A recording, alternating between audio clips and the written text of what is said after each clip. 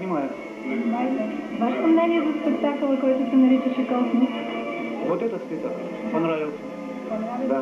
Има ли нещо общо космосът с перформанса тук? Не понял, надо, кто сказал, чего сказал. Коль, переведи минуточку. Переведи, что он просит. Може би вие двамата сте единствени тук, които сте били в космоса. Има ли нещо общо перформанса тук представен Космос и космосът? Интересно, да, правда е своята перформанс.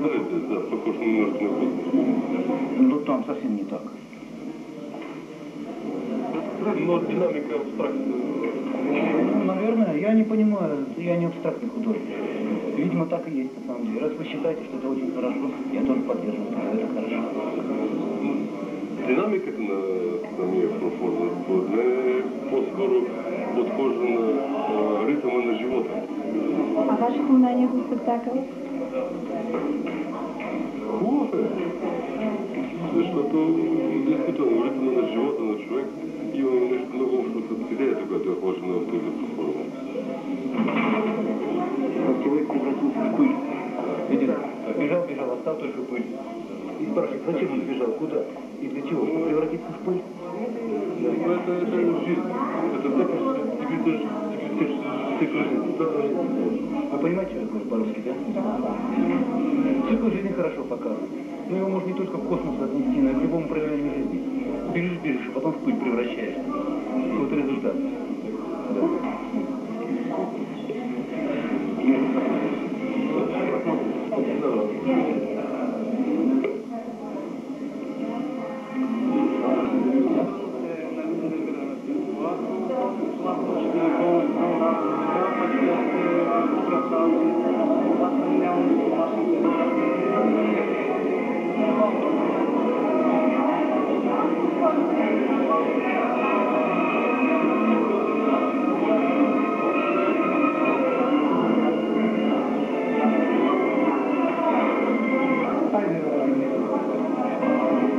Какво породи в теб желанието да представиш перформансът Космос? Само денят на авиацията ли е повода? Всъщност денят на космонавтиката и авиацията е ден, в който винаги съм си мислил как един човек може да стигне до космоса в мечтите си като дете, за това как може да ги осъществи като възрастен и накрая възможно ли е той все пак, дори стоейки на земята, да излезе в космоса. Перформансът, който направи в това изпълнение, е по-скоро един детайл, един поглед към онова, което е стъклено и невидимо, но все пак непреодолимо. И човек не може да го прикрачи, въпреки всичките си усилия, въпреки желанието да пусти тези земи на мисълта, все още неоткритите.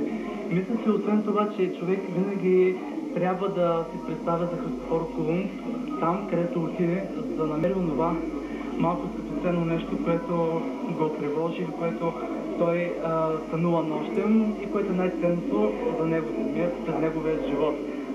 Това беше един мъничък, съвсем мъничък спектакъл Прашинка, който показва един отрязък от живота на всеки един човек. Т.е. желанието за движение напред в определена посока. Костюмът ти изглежда абсурдно. Истински ли е или? Костюмът ми е истински. Той е даден от училище Юрий Гагарин, специално за случая, за да мога да го използвам в този мъничък спектакъл, като с него проведох всички репетиции. Трябваше да бъда с него, понеже репетициите и след това самия спектакъл, това е нещо буквално. Тичането е буквално, спирането е буквално, а не бутафорията на театъра или илюзията на вълшебника или пиониста. Така че това е едно малко по-буквално, по-твърдо, по-агресивно изкуство, но аз мисля, че е по-поетично. Поне на мен ме отговаря на амплуата.